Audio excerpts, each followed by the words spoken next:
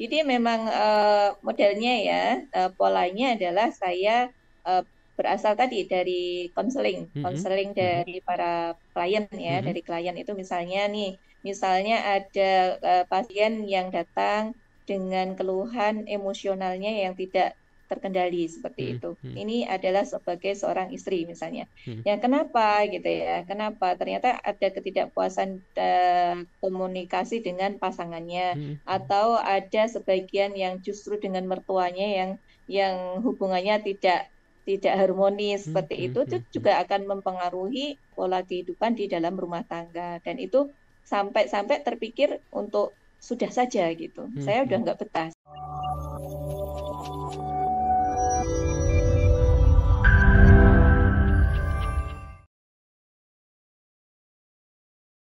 Mbak Ismi, ini boleh cerita sedikit dong soal bukunya. Ini sebenarnya membahas soal apa sih dan apa saja yang bisa didapatkan oleh sahabat Sonora jika nantinya membaca buku dari Mbak Ismi ini.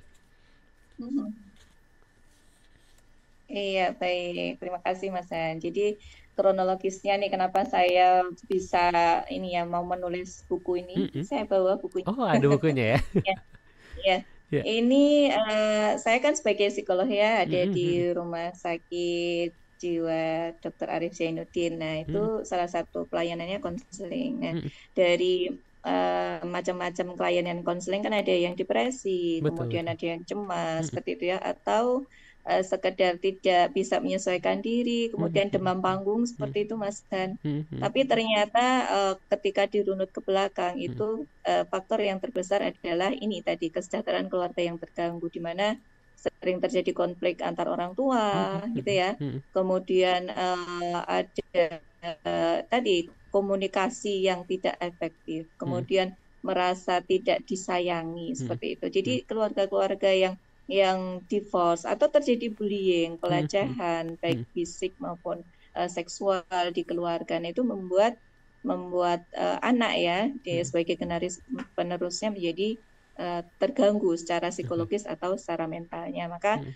ini saya ingin dari kamar praktek saya mhm, ya, mhm, kamar praktek kami sebagai psikolog itu menjadi buku yang nantinya saya berharap dari buku ini membantu ya pasangan-pasangan muda atau mereka yang mempersiapkan pernikahan itu mhm, menjadi lebih memahami ya, menambah mhm. pengetahuan mereka untuk menghindari toksik-toksik dalam parenting. Ya, Oke. kalau Mhm, parentingnya nggak sehat kan tentu saja tidak bisa menjadi ini ya berperan sebagai mhm. parent yang baik Setuju. gitu. Setuju. Ya. Betul Bu Yusmi.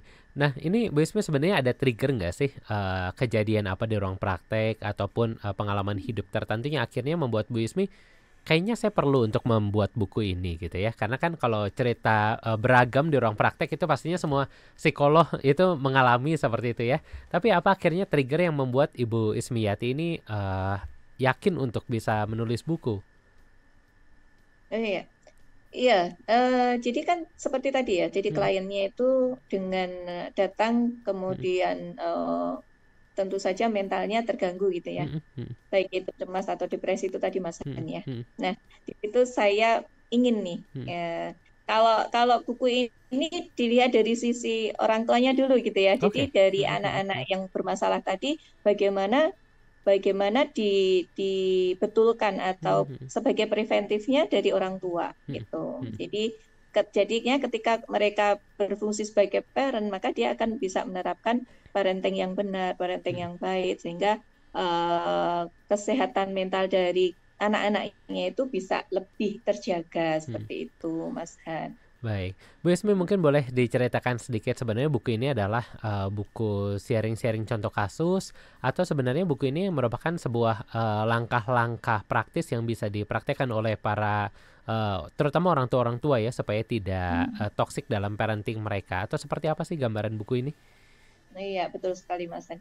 Jadi memang modelnya ya, polanya adalah saya eh, berasal tadi dari konseling, Mhm, konseling mhm, dari para klien ya, mhm, dari klien itu misalnya nih, misalnya ada pasien yang datang dengan keluhan emosionalnya yang tidak terkendali seperti Hmm. itu. Hmm. Ini adalah sebagai seorang istri misalnya. Hmm. Ya kenapa gitu ya? Kenapa? Ternyata ada ketidakpuasan komunikasi dengan pasangannya, Hmm. atau ada sebagian yang justru dengan mertuanya yang hubungannya tidak harmonis Hmm. seperti Hmm. itu juga akan mempengaruhi pola kehidupan di dalam rumah tangga, dan itu sampai terpikir untuk sudah saja gitu. Hmm. Saya udah Hmm. nggak betah seperti itu. Hmm. Nah, polanya adalah saya apa namanya menggambarkan gitu ya, Hmm. menggambarkan kejadian atau konflik yang dialami oleh pasangan atau keluarga. Nah, Hmm. kemudian dari situ